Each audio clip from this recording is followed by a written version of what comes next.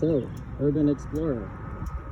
This is my bike Gravity, which I named Gravity because it's a good reminder as a new rider not to drop this bike. Also, I just like the name Gravity.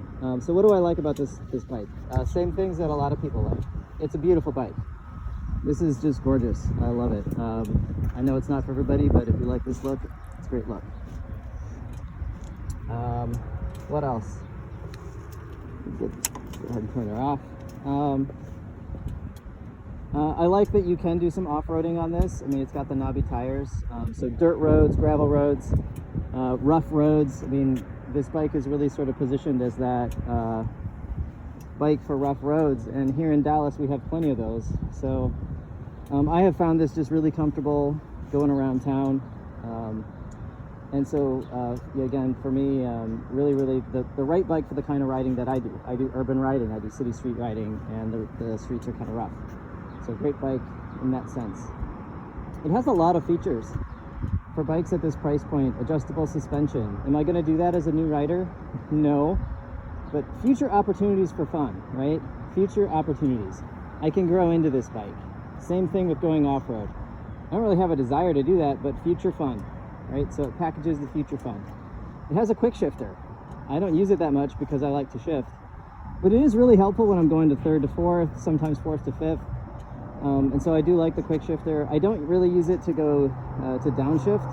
I like to use the friction zone and just really nuance and nudge the thing when I'm going to do engine braking.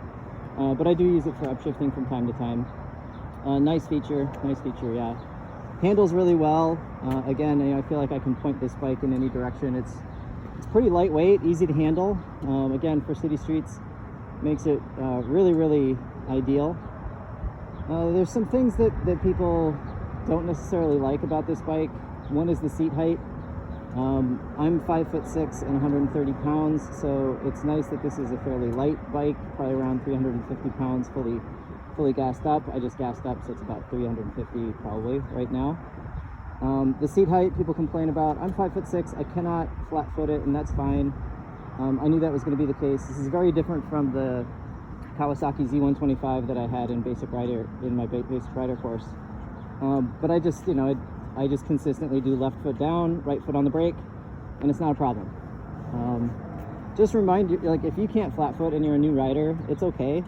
Just remind yourself that you can't. Don't pretend that you can flat foot. Don't pretend that having two unstable feet down on the ground is a good idea. It's not a good idea. You will fall over, right? You want to be stable. So get that tripod. Get that left foot down consistently. If you need to rock over and put your right foot down because you're playing around with the clutch and the shifter or something like that, fine, right?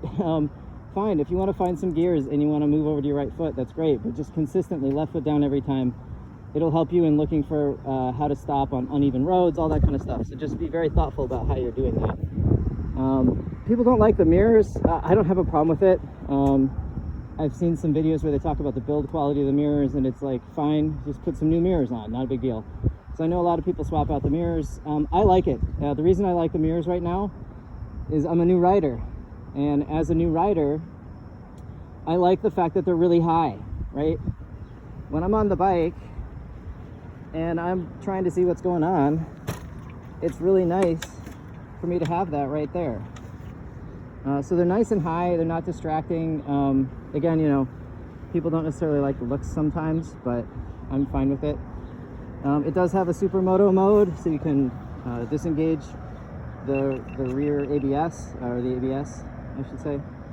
And that's fine. Again, future fun. I'm not gonna put it into supermoto anytime soon.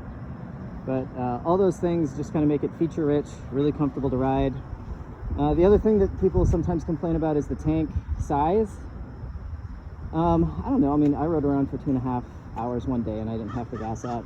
I just crammed a bunch of gas in this thing. It takes a little bit of getting used to in terms of just fueling a motorcycle. And this one will look like it's topped off and it's not.